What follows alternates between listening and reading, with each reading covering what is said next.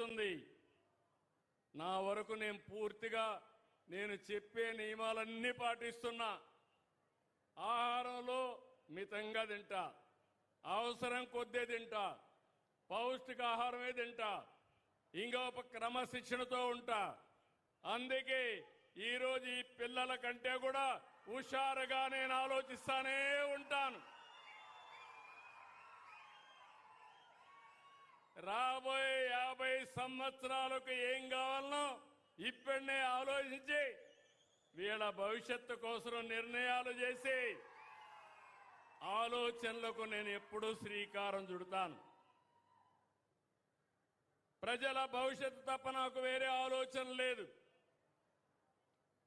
ఎంత ఎక్కువ పనిచేస్తే ఆ రోజు అంత తృప్తి నాకు.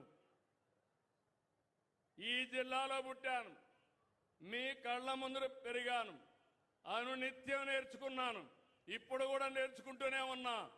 నిరంతరం నేర్చుకుని మీ జీవితాలు బాగు చేయాలనే ఏకైక లక్ష్యం తప్ప ఇంకోటి లేదు.